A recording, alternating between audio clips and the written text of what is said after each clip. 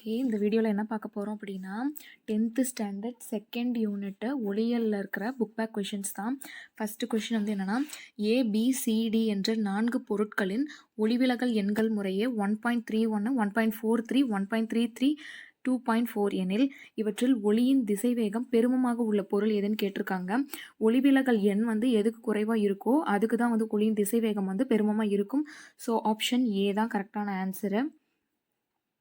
ஓகேவா. Next question வந்து பொருளின் அளவிற்கு சமமான தலைகீழான மெய்பிம்பம் கிடைக்க பொருள் வைக்கப்பட வேண்டிய தொலைவு எது அப்படின்னா 2F.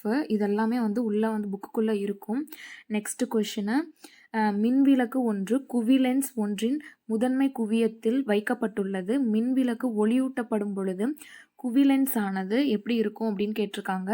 அது வந்து என்னென்னா இணை கற்றைகளை உருவாக்கும். ஓகேவா. ஆப்ஷன் சி தான் வந்து correct.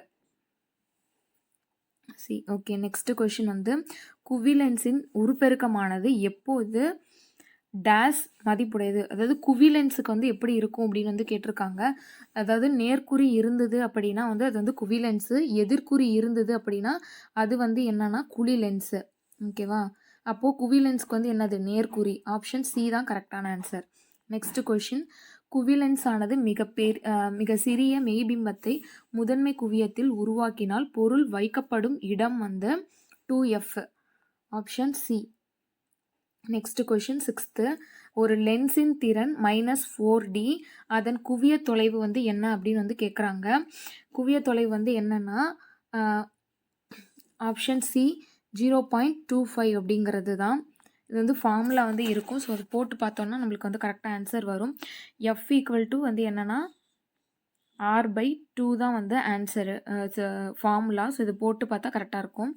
Next question, option C, கிட்டப்பார்வை குறைபாடு உடைய கண்ணில் பொருளின் பிம்பமானது எப்படி தோற்றுவிக்கப்படுகிறதுனா விழித்திரைக்கு முன்பாக. கிட்டப்பார்வை இருந்தால் விழித்திரைக்கு முன்பாக தோற்றுவிக்கப்படும். கிட்டம்னா பக்கமா, ஸோ முன்னாடியே வந்து தோற்றுவிக்கப்படும் அப்படின்னு ஞாபகம் வச்சுக்கலாம். நெக்ஸ்ட் கொஷினு, 8th கொஷின், விழி ஏற்பமைவு திறன் குறைபாட்டை சரி செய்ய உதவுவது எது அப்படின்னா இரு குவிய லென்ஸு. விழி ஏற்பமைவு திறன் அப்படின்னு கேட்டிருந்தாங்கன்னா இரு குவிய லென்ஸு. கிட்டப்பார்வை தூரப்பார்வை அப்படி இருந்தால் தான் ஏதாவது ஒரு லென்ஸ் வந்து யூஸ் பண்ணுவாங்க. ஓகேவா. நெக்ஸ்ட் கொஷினு, சொல் அகராதியில் உள்ள சிறிய எழுத்துக்களை படிப்பதற்கு உகந்த லென்ஸ் எது அப்படின்னு கேட்டிருக்காங்க. அதுக்கு என்னென்னா 5 சென்டிமீட்டர் குவிய தூரம் கொண்ட குழி லென்ஸு. 5 சென்டிமீட்டர் குவிய தூரம் கொண்ட குழி லென்ஸு தான். ஸோ ஆப்ஷன் பி கரெக்டான ஆன்சரு. நெக்ஸ்ட் கொஷினு, ஒரு முப்பட்டகத்தின் வழியே செல்லும் நீலம் பச்சை சிவப்பு நிறங்களின் திசை வேகங்கள் என்ன அப்படின்னு கேட்குறாங்க. நீலம் சிவப்பு பச்சை. ஸோ இதோட பச்சை சிவப்பு அந்த ஆர்டரை வந்து மாற்றக்கூடாது. நம்ம கொஷினில் இப்படி கேட்டுட்டு ஆப்ஷனில் வந்து ஆர்டர் மாற்றி கூட இருக்கும். ஸோ அது கரெக்டாக பார்த்துக்கணும். ஆப்ஷன் சி தான் வந்து கரெக்டு. என்னென்னா க்ரீனுக்கு வந்து அதிக திசைவேகம் இருக்கும், எதை விடனா ப்ளூவை விட. ஆனால் ரெட்டை விட அதிகம் கிடையாது. ஸோ அப்படி வந்து ஞாபகம் வச்சுக்கணும். நெக்ஸ்ட் கொஷின், ஒளி செல்லும் பாதை டேஸ் என்று அழைக்கப்படுகிறது. ஒளி கதிர். ஒளி இப்போ வந்து போகுது அப்படின்னா அந்த பாதை வந்து ஒளி கதிர் அப்படின்னு வந்து சொல்லுவோம். ஒளி புகும் ஊடகத்தின் ஒளி விலகல் எண் எப்போதும் 1 விட வந்து அதிகமாக இருக்கும். ஓகேவா. நெக்ஸ்ட் கொஷின், படுகின்ற ஒளி கற்றையின் ஆற்றலும் சிதறடைந்த கற்றையின் ஆற்றலும் சமமாக இருந்தால் அது மீச்சிதறல் அப்படின்னு அழைக்கப்படுது. ஓகேவா.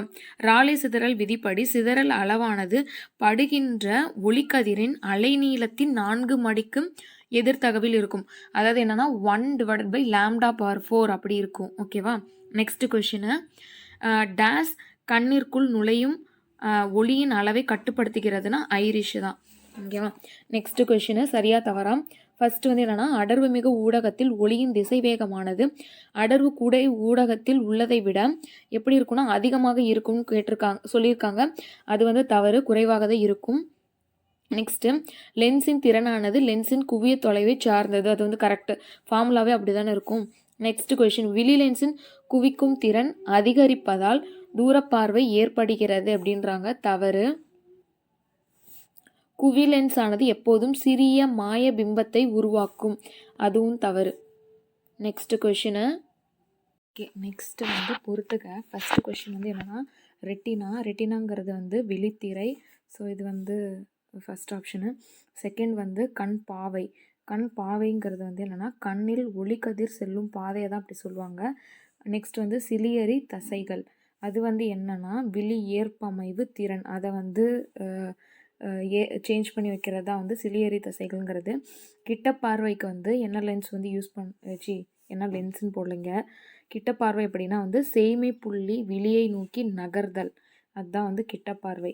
தூர பார்வைனா அண்மை புள்ளி விழியை விட்டு விலகி செல்லுதல். ஸோ இதுதான் 2, 4, 5, 1, 3 தான் வந்து ஆன்சரு.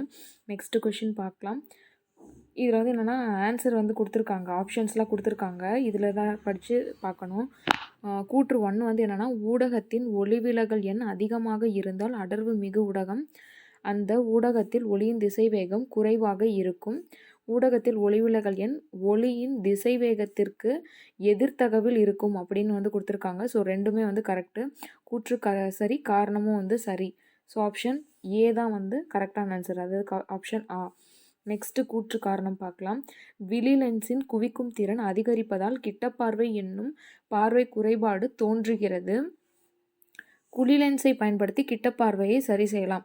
இதுக்கு வந்து ஒரு ஷார்ட்கட் வந்து என்னென்னா கிட்ட குழி தோண்டி எட்ட குவி. ஸோ தூரப்பார்வைனா குவி லென்ஸு, கிட்டப்பார்வைனா குழி லென்ஸு. ஸோ இதுவுமே வந்து கரெக்டு. கூற்று காரணம் ரெண்டுமே சரி. ஆப்ஷன் ஆ தான் வந்து கரெக்டான ஆன்சர். தேங்க்யூ.